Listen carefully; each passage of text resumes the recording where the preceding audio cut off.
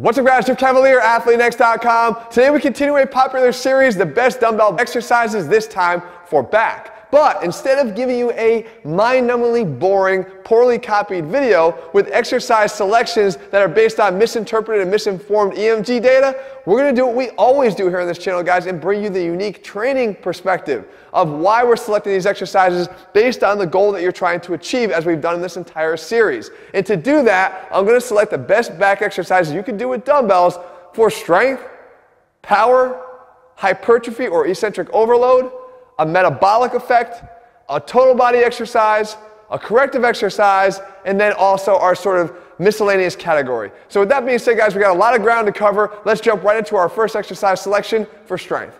All right, guys, when it comes to strength, the goal here is always going to be to progressively overload, to allow your body to adapt, to get stronger to the movement that you're doing. And while we have some rowing options we can incorporate with some dumbbells, I think the best way to load weight into your system as a whole is to add some weight to one of the more difficult exercises in general, and that is the pull-up. The pull-up is one of the better back-building exercises you can do on its own. Add some additional weight here, as you see with the dumbbell, and now we've really got something to work with. The fact is, guys, we can add the dumbbell in a number of different ways. One, as I showed you here in the past, you can take a leash and wrap it around the dumbbell you're using, just like this. I say a leash because if you want to train at home, there's no limitations here, guys. If you're at a gym, whip out a dip belt if you want. But wrap it around the dumbbell, hang it on your hips, jump up on the bar, and go. Of course, if you want something more traditional here, just place the dumbbell on the floor, step up onto it, reach down with your toes, grab it in between your feet, and you're ready to go as well. As you can see, guys, the back takes a tremendous amount of load here. Again, the system weight is what's important here. The additional dumbbell weight added to the weight of your own body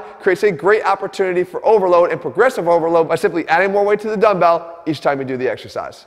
Next, we move on to the power selection here, guys, and we know that if we're going to train for power, there has to be some element of speed and explosivity to the exercise we're performing, and for me, there's none better than this, the dumbbell dead row. The dead row is performed from the floor as a great pulling exercise, just like the deadlift, but it actually stops at about the level of the knee in terms of the hip contribution. From that point on, you want to drive the dumbbells up in a rowing motion, using your arms and driving your elbows back behind your body into extension to get those lats working. The element of explosivity comes from the fact that the ground-based forces generated through your feet into the ground are going to drive this movement to become as explosive as it is. You can load up the weight here as much as you can handle, and this is a zero momentum exercise that's going to require a lot of coordinated explosiveness, again, through your feet, up into your arms, and ultimately through the back and the lats to help you to develop some explosive power. All right, next up we move on to hypertrophy. And when we're trying to create muscle growth, we actually look to do the opposite of what we're doing when we have a strength or a power focus. Instead of trying to incorporate a lot of muscles into the activity you're doing, you try to focus and isolate the work to the muscle you're trying to create overload on, looking for inefficiency. And here, if we're trying to create more lat growth, we need to make the lats do all the work. And we can do that the best with the classic dumbbell pullover, as you see here. Now, a couple things about the setup. You want to position your body perpendicular to the bench instead of laying alongside of it. Why? Because it allows us to manipulate our hips. You might be thinking, why is it important to manipulate your hips? Because we want to create more stretch. We want to give ourselves another opportunity for eccentric overload and stretch on the muscle we're trying to develop, a known stimulus for muscle hypertrophy. And we could do that by dropping the hips down. You see, I simply just allow them to drop, realizing that the attachments of the lats are going to get further from each other when the hips get further apart than the arms. And we can do that simply by letting the hips drop. Now, as you drop the dumbbell back in position, you should immediately feel a lot of tension placed on the lats. You come up and you complete this as you normally would. Here's another tweak I think is extremely beneficial here. You do some forced eccentrics, some assisted eccentrics at the end. When you are done, just because you are concentrically fatigued, it doesn't mean that you can't do some more additional eccentric work. We know that we're stronger there, and we can by simply cheating the motion back up to the start position. So what I do is I just drag the dumbbell over one of my shoulders, I extend it up over my chest here, utilizing more triceps than anything else, and then I go back into a nice long-armed eccentric pullover. I come back again, shorten the arms, take away all the concentric work, or as much as I can. I go back up in position again, eccentrically lower. Do a few forced reps this way, and I promise you're going to get even more out of an already effective exercise for creating hypertrophy. All right, next up is our metabolic exercise, and when we're training metabolically, looking for that burn, we need to have an exercise that allows us to do it. But we don't want to compromise the low back in the process, because we know that any standing row variation, while being able to be repped out through that burn, is going to cause fatigue in the low back first, which is going to compromise the safety of the exercise. But we can do that if we put ourselves in this position here.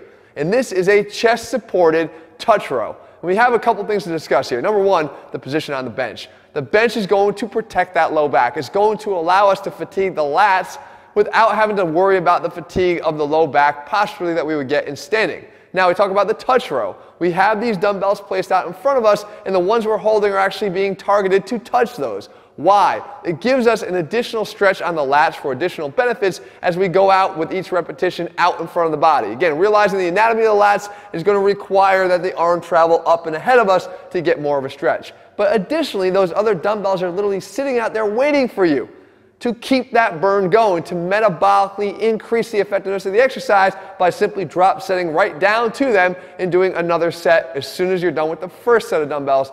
And this is where the metabolic effect comes in, guys. Remember, when you're trying to train metabolically, you push to that level of burn and then through it. And for this exercise here, because of that setup here, we protected the low back in the process and made it a much better selection. All right, next we move on to the total body exercise option here, guys. And obviously, to hit this criteria, you got to work your whole body. But we have to be able to hit the lats well. And that's what this exercise does. This is the man maker. With a single pair of dumbbells, we're going to be able to go from a push-up into a renegade row on each side, jump right in, clean them up, stand and press, and come back down. If you look at the component motions here, we're getting a push into a pull, back into a total body push. So I like the effectiveness of the exercise and the sequencing that it provides. But if you look at the exercise a little bit more detailed, you'll see a couple things. Number one, we're actually not compromising the back in the process of doing a total body exercise. Why? Because the weight is actually going to be determined by what you can renegade row. Right? You don't have to forcefully choose a very light weight to be able to do the press. The standing clean and press is the most explosive portion of this. We're going to be able to use a pretty heavy dumbbell set to do that. So really what's determining what dumbbells we use is your ability to renegade row them. So we're not having to compromise the effectiveness of the exercise in targeting and hitting the lats.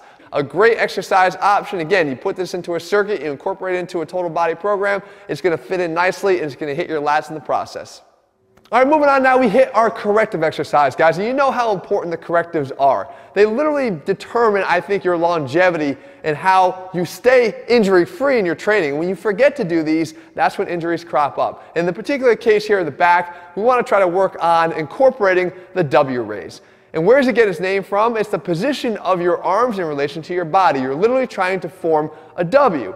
And when you get into the position that I'm doing this from, you'll see a couple things happening. You're hitting a lot of back muscles, but most importantly, you're hitting some of those back muscles that people don't even regard as back muscles, namely the rotator cuff. We know that if we can get the muscles on the back side of the shoulder to externally rotate that shoulder, we're going to incorporate the rotator cuff into what we're doing. This is how the W raise will do that. We know that to get the hands into this position, to create a W, we need to get the hands back behind the elbow into this position here. That is going to demand external rotation of the shoulder. Different than if I just try to get the arms back behind the body this way into extension, which is going to be driven mostly by the rear delt. Not that there's anything wrong with that. The rear delt is a muscle in the back that's going to benefit from you trying to work it. But if we let the external rotation of the shoulder drive it rather than the extension of the shoulder, then we're going to get, more importantly, that activation of the rotator cuff that's being ignored otherwise. It's a really easy exercise to do, but as I said, it's got a lot of bang for its buck. You're hitting not just that rotator cuff, but the mid-scapular muscles, the low back to stay in that position. The fact is, guys, it's an all-in-one exercise. It's going to give you a lot of corrective benefits that are going to last long after this set ends. And last but not least, guys, we have our miscellaneous category, the one that allows us to sort of assign one exercise that hasn't necessarily hit everything we want to hit with these exercise selections. And this one gives us the opportunity to go a little bit lower. I've mentioned it many times already how important it is, and that is the low back. And for me, I want to do the bench reverse hyper. This can be a weighted exercise. For some, you may not be able to even tolerate any weight, but if you choose even a light dumbbell here, it's going to apply a little additional overload that's going to make this exercise even more effective and beneficial for you, because we know that the glutes and low back, which need to work together, are not only chronically undertrained, but they're also chronically undertrained with weight. This gives us a chance to do that. So what you want to do is you want to lay face down on the bench as I'm doing here, right at about hip height cutting off at the end of the bench. Now, you reach down with your feet, as I'm doing here, to grasp the dumbbell between them. At this point, all you're looking to do is initiate with a glute squeeze. Try to squeeze your butt as tight as you can and bring the legs back out behind you and keep them straight.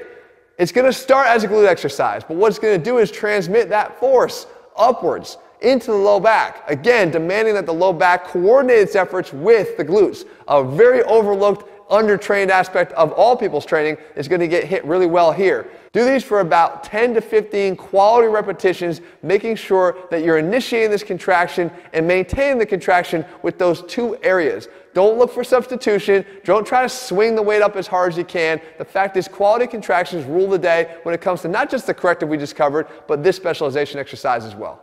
So there you have it, guys. Hopefully you found these exercises helpful to you, depending upon what you're training for. Remember, guys, no matter what it is that you're trying to accomplish here, it should be a prescriptive exercise selection based around that. And I've given you a lot of options here depending upon what it is your focus is at the moment in your training. If you're looking for a step-by-step plan where we have a progression built into every single workout we do, all of our plans are available over at ATHLEAN-X.com. In the meantime, if you found the video helpful, leave your comments and thumbs up below. Let me know what I want to cover, maybe even in this series, and I'll do my best to do that for you. If you haven't already done so, guys, make sure you click subscribe and turn your notifications so you never miss a new video, especially in this series when we put one out. All right, guys, see you again soon.